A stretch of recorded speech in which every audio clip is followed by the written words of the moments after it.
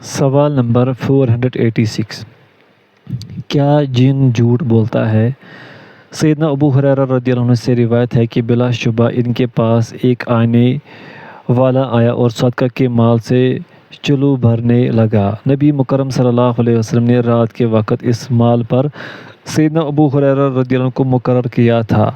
پھر جب تیسری رات ہوئی، ابو ہریرہ رضی اللہ عنہ نے اسے کہا، میں لازماً تجھے رسول اللہ صلی اللہ علیہ وسلم کی طرف لے جاؤں گا۔ اس نے کہا، تو مجھے چھوڑ دے، میں تجھے کچھ کلمات سکھاتا ہوں، اللہ تجھے ان کے ساتھ فائدہ دے گا۔ میں نے کہا، وہ کیا ہے؟ اس نے کہا، پڑھو۔ جب تو اپنے بستر کی طرف جانے لگے تو آیت الکرسی مکمل آیت پڑھا کر، یقیناً اللہ کی طرف سے تجھ پر ایک محافظ مقرر ہوگا اور صبح ہونے تک تیرے پاس کوئی شیطان نہ آئے گا۔ پھر نبی مکرم صلی اللہ علیہ وسلم نے فرمایا، اس نے تجھ سے سچ بولا، حالانکہ وہ جھوٹا ہے، وہ شیطان تھا۔ حدیث نمبر 487، میں صبح و شام شیطان مردود سے اپنے آپ کو کیسے محفوظ رکھ سکتا ہوں؟ سیدنا ابوبکر صدیق رضی اللہ عنہ سے روایت ہے کہ انہوں نے کہا، اے اللہ کے رسول صلی اللہ علیہ وسلم، مجھے کچھ کلمات سکھائے جو میں صبح و شام پڑھا کروں۔ آپ صلی اللہ علیہ وسلم نے فرمایا، تم کہو،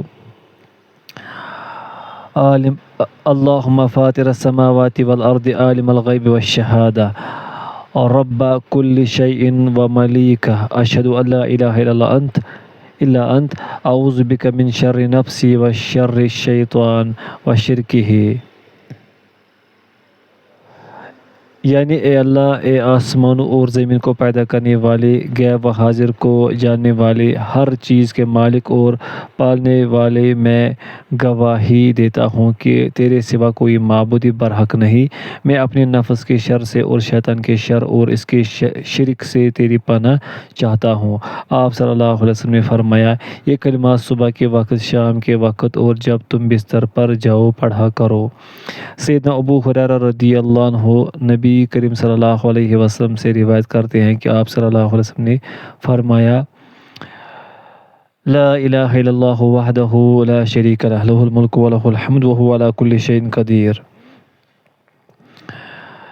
جس نے ایک دن میں 100 بار یہ پڑھا، اس کے لیے 10 غلام آزاد کرنے کے برابر اجر ہے، اور اس کے لیے 100 نیکیاں لکھی جائیں گی اور اس سے 100 گناہ معاف کیے جائیں گے، اور وہ اس کے لیے سارا دن شام ہونے تک شیطان سے بچاؤ کا ذریعہ ہوں گے، اور کوئی ایسا نہ ہوگا جو اس سے افضل عمل لائے سوائے اس آدمی کے جس نے اس سے زیادہ عمل کیا ہو۔ سوال نمبر 488، کیا جن اللہ کی رحمت میں داخل ہونے والا ہے کہ نہیں؟ ابو ہریرہ رضی اللہ عنہ سے روایت ہے کہ نبی مکرم صلی اللہ علیہ وسلم نے فرمایا، بلا شبہ اللہ عز و جل کی 100 رحمتیں ہیں، ان میں سے ایک کو اس نے انسانوں، جنوں، حشرات الارض اور جانوروں کے درمیان نازل کیا، جس کے ساتھ وہ باہم مہربان ہیں، اور اسی کے ساتھ وہ ایک دوسرے پر رحم کرتے ہیں، اور اسی کے ساتھ وحشی جانور بھی اپنی اولاد پر مہربان ہے، اور اللہ نے اپنے ہاں 99 رحمتیں مؤخر کر رکھی ہیں جن کے ساتھ وہ قیامت کے دن اپنے بندوں پر رحم کرے گا۔ تو اس سے معلوم ہوا کہ جو رحمت کا ایک حصہ اللہ نے اتارا ہے، اس میں جنات بھی داخل ہیں۔ سوال نمبر 489، کیا شیطان موت کے وقت آتا ہے؟ ابو الیسر سے روایت ہے، انہوں نے کہا کہ رسول اللہ صلی اللہ علیہ وسلم کہا کرتے، اللہم انی اعوذ بک ان یتخبطنی الشیطان عند الموت، اے اللہ، میں تیری پناہ چاہتا ہوں اس بات سے کہ شیطان مجھے موت کے وقت مخبوط الحواس کر دے۔ سوال نمبر 490، میں مسجد میں داخل ہوتا ہوں تو شیطان مجھے وسوسے ڈالتا ہے، مجھے کیا کرنا چاہیے؟ سیدنا ابو ہریرہ رضی اللہ عنہ سے روایت ہے کہ بلا شبہ نبی مکرم صلی اللہ علیہ وسلم نے فرمایا، جب تم میں سے کوئی مسجد میں داخل ہو تو نبی اکرم صلی اللہ علیہ وسلم پر سلامتی کی دعا کرے اور کہے، اللہم افتح لی ابواب رحمتک، اے اللہ میرے لیے اپنی رحمتوں کے دروازے کھول دے، اور جب نکلے تو نبی مکرم صلی اللہ علیہ وسلم پر سلامتی کی دعا کرے اور کہے، اللہم اعصمنی من الشیطان الرجیم، اے اللہ مجھے شیطان مردود سے محفوظ فرما۔ سیدنا انس بن مالک رضی اللہ عنہ سے روایت ہے، انہوں نے کہا کہ رسول اللہ صلی اللہ علیہ وسلم نے فرمایا، جس نے گھر سے نکلتے وقت کہا بسم اللہ توکلت علی اللہ لا حول ولا قوت الا باللہ، اللہ کے نام کے ساتھ میں گھر سے نکلتا ہوں، میں نے اللہ ہی پر بھروسہ کیا، اللہ کے سوا نیکی کرنے اور گناہ سے بچنے کی طاقت نہیں ہے، اسے اس وقت کہا جاتا ہے تجھے کفایت اور حفاظت اور ہدایت حاصل ہو گئی اور شیطان اس سے دور ہو جاتا ہے، اور وہ دوسرے شیطان کو کہتا ہے تجھے ایسے آدمی پر غلبہ کیسے ہوگا جسے ہدایت، کفایت اور حفاظت عطا کر دی گئی۔ سوال نمبر 491، جنوں کی کون کون سی قسمیں ہیں اور وہ کون کون سی شکل اپنا سکتے ہیں؟ سیدنا ابو ثعلبہ خشنی رضی اللہ عنہ سے روایت ہے کہ بلا شبہ رسول اللہ صلی اللہ علیہ وسلم نے فرمایا، جنوں کی 3 قسمیں ہیں، ایک قسم وہ ہے جن کے پر ہوتے ہیں اور وہ ہوا میں اڑتے ہیں، دوسری قسم سانپوں اور کتوں کی ہے، اور ایک ان کی ہے جو بدنوں میں حلول کرتے اور برائی کی طرف بھیجتے ہیں۔ سوال نمبر 492، میں سوتا ہوں اور نماز فجر کے لیے اٹھ نہیں سکتا، کیا یہ شیطان کی کارستانی ہے؟ اس کا حل کیا ہے؟ سیدنا ابن مسعود رضی اللہ عنہ سے روایت ہے کہ انہوں نے کہا، نبی مکرم صلی اللہ علیہ وسلم نے ایک آدمی کا ذکر کیا جو صبح ہونے تک سویا ہی رہا، آپ صلی اللہ علیہ وسلم نے فرمایا، یہ ایسا آدمی ہے کہ شیطان نے اس کے کانوں میں پیشاب کیا ہے۔ سوال نمبر 493، میں دوران نیند شیطان سے کیسے اپنے آپ کو محفوظ رکھوں؟ سیدنا ابو ہریرہ رضی اللہ عنہ سے روایت ہے، بلا شبہ ایک شیطان نے ان سے کہا، جب تو اپنے بستر کی طرف جائے تو آیت الکرسی پڑھ، اللہ کی طرف سے تجھ پر ایک محافظ مقرر ہوگا اور شیطان تیرے قریب نہ آئے گا۔ میں نے رسول اللہ صلی اللہ علیہ وسلم کو خبر دی تو آپ صلی اللہ علیہ وسلم نے فرمایا، یقیناً اس نے تجھ سے سچ بولا حالانکہ وہ جھوٹا ہے۔ سوال نمبر 494، میں مسجد میں شیطان کے شر سے کیسے بچ سکتا ہوں؟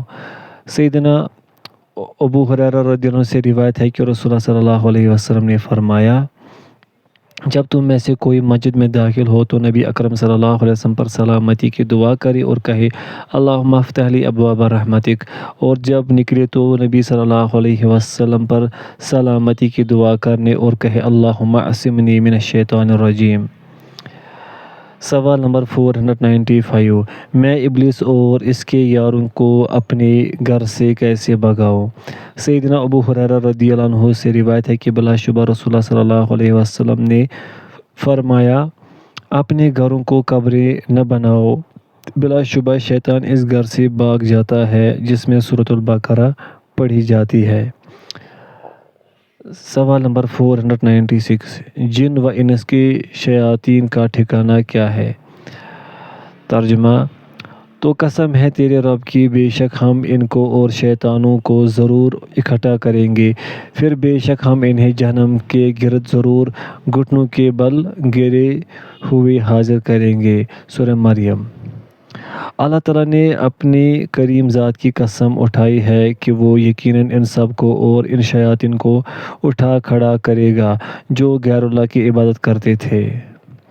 ثم لنحضرنہم حول جہنم جثیا، پھر کہا ہم انہیں گھٹنوں کے بل جہنم کے گرد حاضر کریں گے، جس سے معلوم ہوا ان کا ٹھکانہ جہنم ہے۔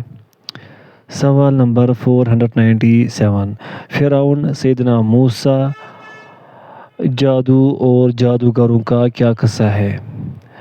قال اجئتنا لتخرجنا من ارضنا بسحرک یا موسیٰ، کہا کیا تو ہمارے پاس اس لیے آیا ہے کہ ہمیں ہماری سرزمین سے اپنی جادو کے ذریعے نکال دے، اے موسیٰ۔ سورۃ طٰہٰ۔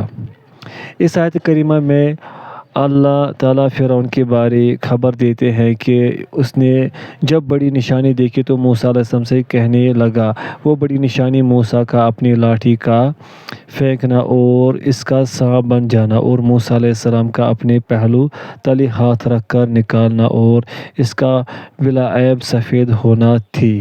یہ تو جادو ہے جو تو ہمیں مسحور کرنے کے لیے لایا ہے۔ تیرا مقصد یہ ہے کہ اس کے ذریعے لوگوں پر حکومت کرے اور وہ تیرے فرمانبردار بن جائے۔ تیرا یہ مقصد پورا نہیں ہوگا۔ ترجمہ: تو ہم بھی ہر صورت تیرے پاس اس جیسا جادو لائیں گے، پس تو ہمارے درمیان اور اپنے درمیان وعدے کا ایک وقت طے کر دے کہ نہ ہم اس کے خلاف کریں اور نہ تو ایسی جگہ میں جو مساوی ہو۔ سورۃ طٰہٰ۔ یعنی اے موسیٰ علیہ السلام، ہمارے پاس بھی تیرے جادو جیسا جادو ہے، تو اپنے جادو پر مغرور نہ ہو بلکہ فَاجْعَلْ بَيْنَنَا وَبَيْنَكَ مَوْعِدًا لَا نُخْلِفُهُ نَحْنُ وَلَا أَنْتَ مَكَانًا سُوًى، ایک دن مقرر کر جس میں تم اور ہم اکٹھے ہوں اور ہم تیرے لائے ہوئے جادو کا مقابلہ کریں۔ کوئی معین جگہ اور معین وقت ہونا چاہیے۔ پھر موسیٰ علیہ السلام نے ان سے کہا، موعدکم یوم الزینہ، تمہارے وعدے کا وقت زینت کا دن ہے۔ سورۃ طٰہٰ۔ ترجمہ: کہا، بے شک یہ دونوں یقیناً جادوگر ہیں، چاہتے ہیں کہ تمہیں تمہاری سرزمین سے اپنے جادو کے ذریعے نکال دے اور تمہارا وہ طریقہ لے جائے جو سب سے اچھا ہے۔ سورۃ طٰہٰ۔ جادوگر آپس میں کہنے لگے، تمہیں علم ہونا چاہیے کہ آدمی اور اس کا بھائی موسیٰ اور ہارون علیہم السلام دونوں بڑے ماہر جادوگر ہیں اور جادوگری سے خوب واقف ہیں۔ آج ان کا ارادہ یہ ہے کہ یہ تمہیں اور تمہاری قوم کو مغلوب کریں اور لوگوں پر حکمرانی کریں، عوام ان کے ماتحت ہو جائے اور یہ فرعون اور اس کے لشکروں کے خلاف لڑے اور تمہیں تمہاری زمین سے نکال دے۔ سوال نمبر 498، کیا حق کی اتباع نہ کرنے میں شیاطین ہی سبب بنتے ہیں؟ جی ہاں، اللہ تعالیٰ نے فرمایا۔ ترجمہ: اور جب ان سے کہا جاتا ہے کہ اس کی پیروی کرو جو اللہ نے نازل کیا ہے، تو کہتے ہیں بلکہ ہم اس کی پیروی کریں گے جس پر ہم نے اپنے باپ دادا کو پایا، اور کیا اگرچہ شیطان انہیں بھٹکتی آگ کے عذاب کی طرف بلاتا رہا ہو۔ سورہ لقمان۔ یعنی ان کے پاس گزشتہ آباء کی اتباع کے سوا کوئی دلیل نہیں ہے۔ سوال نمبر 499، کیا شیاطین اچھی اور بری دونوں طرح کی اشکال اختیار کر سکتے ہیں؟ تم میرے ساتھ قرآن پڑھو۔ طَلْعُهَا كَأَنَّهُ رُءُوسُ الشَّيَاطِينِ، اس کے خوشے ایسے ہیں جیسے وہ شیطانوں کے سر ہو۔ سورہ الصافات۔ رؤوس الشیاطین کے ساتھ ان کی مشابہت اس کے بے مزہ اور مکروہ ہونے کی بنا پر ہے۔ امام وہب بن منبہ رحمہ اللہ نے فرمایا، شیاطین کے بال اوپر آسمان کی طرف اٹھے ہوتے ہیں اور بلا شبہ اللہ نے زقوم کے درخت کو ان کے سروں کے ساتھ تشبیہ دی ہے۔ اس سے معلوم ہوتا ہے کہ شیطان قبیح المنظر ذات ہے۔ وَجَعَلُوا بَيْنَهُ وَبَيْنَ الْجَنَّةِ نَسَبًا وَلَقَدْ عَلِمَتِ الْجَنَّةُ إِنَّهُمْ لَمُحْضَرُونَ، اور انہوں نے اس کے درمیان اور جنوں کے درمیان رشتہ داری بنا دی، حالانکہ بلا شبہ یقیناً جن جان چکے ہیں کہ بے شک وہ ضرور حاضر کیے جانے والے ہیں۔ سورہ الصافات۔ امام مجاہد رحمہ اللہ نے کہا، مشرکین نے کہا کہ فرشتے اللہ کی بیٹیاں ہیں۔ ابوبکر رضی اللہ عنہ نے پوچھا، ان کی مائیں کون سی ہیں؟ انہوں نے کہا، جنوں کی سردار اللہ کی بیٹیاں ہیں۔ سوال نمبر 500، بنو اسرائیل نے اپنے نبی موسیٰ علیہ السلام سے کیا سلوک کیا؟